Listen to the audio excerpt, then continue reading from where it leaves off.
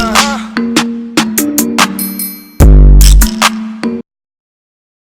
had no idea what I wanted to do with my life, and the way I ended up on this path was from a very tragic event.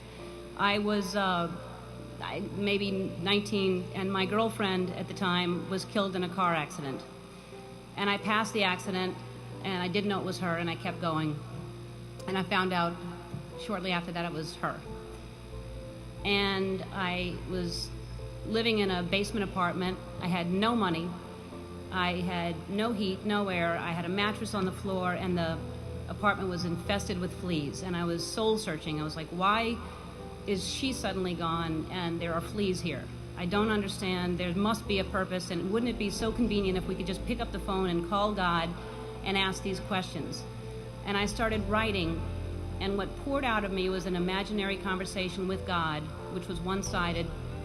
And I finished writing it, and I looked at it and I said to myself, and I hadn't even been doing stand-up ever. There was no club in town. I said, I'm going to do this on The Tonight Show with Johnny Carson. At the time, he was the king. And I'm going to be the first woman in the history of the show to be called over to sit down.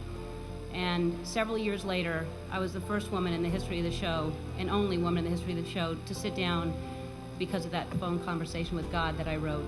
And I started this path of stand-up, and it was successful and it was great, but it was hard because I was trying to please everybody, and I had this secret that I was keeping, that I was gay, and I thought if people found out, they wouldn't like me, they wouldn't laugh at me. Then my career turned into, I got my own sitcom, and that was very successful, another level of success, and I thought, what if they find out I'm gay, then they'll never watch. And I finally decided that I was living with so much shame and so much fear that I just couldn't live that way anymore. And I decided to come out and make it creative, and my character would come out at the same time. And it wasn't to make a political statement, it wasn't to do anything other than to free myself up from this heaviness that I was carrying around, and I just wanted to be honest. And I thought, what's the worst that can happen? I can lose my career. I did. I lost my career. I got, the show was canceled after 6 years without even telling me. I read it in the paper. The phone didn't ring for 3 years. I had no offers, nobody wanted to touch me at all. And yet I was getting letters from kids that almost committed suicide but didn't because of what I did. And I realized that I had a purpose, and it wasn't just about me, and it wasn't about celebrity, but I felt like I was being punished, and it was a bad time. I was angry, I was sad, and then I was offered a talk show. And the people that offered me the talk show tried to sell it, and most stations didn't want to pick it up. Most people didn't want to buy it because they thought nobody would watch me. And really, when I look back on it, I wouldn't change a thing. I mean, it was so important for me to lose everything because I found out what the most important thing is to be true to yourself. And ultimately, that's what's gotten me to this place. I don't live in fear, I'm free, I have no secrets, and I know I'll always be okay because no matter what, I know who I am. The fear of failure was a big one in the beginning. Because what happened to me was, I was 27 years old and I was like miserable. And you know, I just kept trying to figure out what my life was for. You know, because I discovered something, that the two most important days of your life are the day you're born and the day you discover why. And at 27, I just hadn't figured out the why. And I walked into a comedy club October 8th, 1985. First time ever in a comedy club. Didn't even know comedy club existed. I actually went there on a dare. A girl dared me to go to this comedy club because she knew I was funny. I won amateur night that night, October 8th, 1985. I went to work the next day and quit my job. I won $50 and I went to work and quit my job. The day I quit, my boss, as I put my box on his desk and told him I was leaving to be a comedian, he talked me right out of it. He said, Steve, you're not even funny. He said, I've never heard you say anything funny since you've worked here. I've been selling insurance for 2 years. He said, are you kidding me? You've got a family. You put that stuff back on your desk and I'll give you your job back. But don't you ever come in here again with something ridiculous. You're gonna be a comedian. I took all my back to my desk and put that back on my desk. dude named Russell Middlebrooks came up to me and said, "Hey, Harv, I thought you was quitting today, man." I said, "Nah, I talked to Tom and he told me I wasn't funny." He said, "He don't know you." He said, "Dog, you the funniest dude I know." He said, "Man, see," and then he looked at me, he was so hurt. He said, "Damn, dog, I told everybody you was leaving today."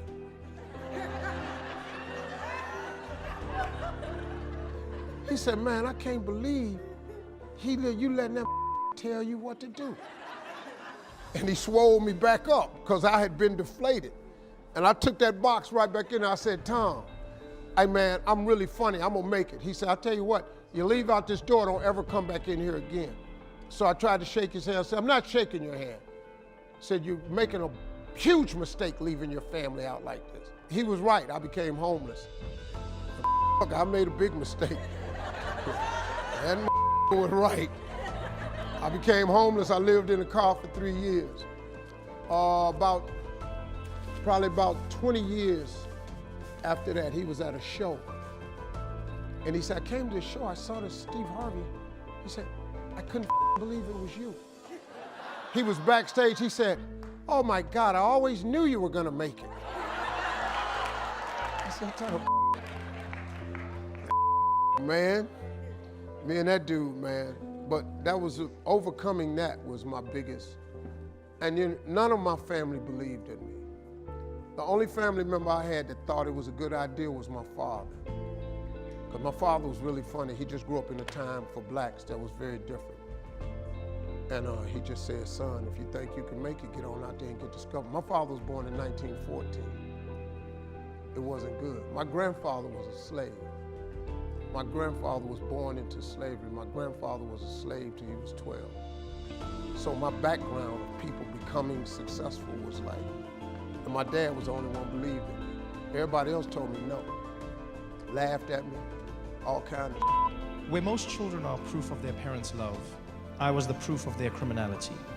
The only time I could be with my father was indoors. If we left the house, he'd have to walk across the street from us. My mom and I used to go to Joubert Park all the time. It's the central park of Johannesburg. Beautiful gardens, a zoo, a giant chessboard with human-sized pieces that people would play. My mother tells me that once when I was a toddler, my dad tried to go with us. We were in the park. He was walking a good bit away from us. And I ran after him, screaming, "Daddy, Daddy, Daddy." People started looking.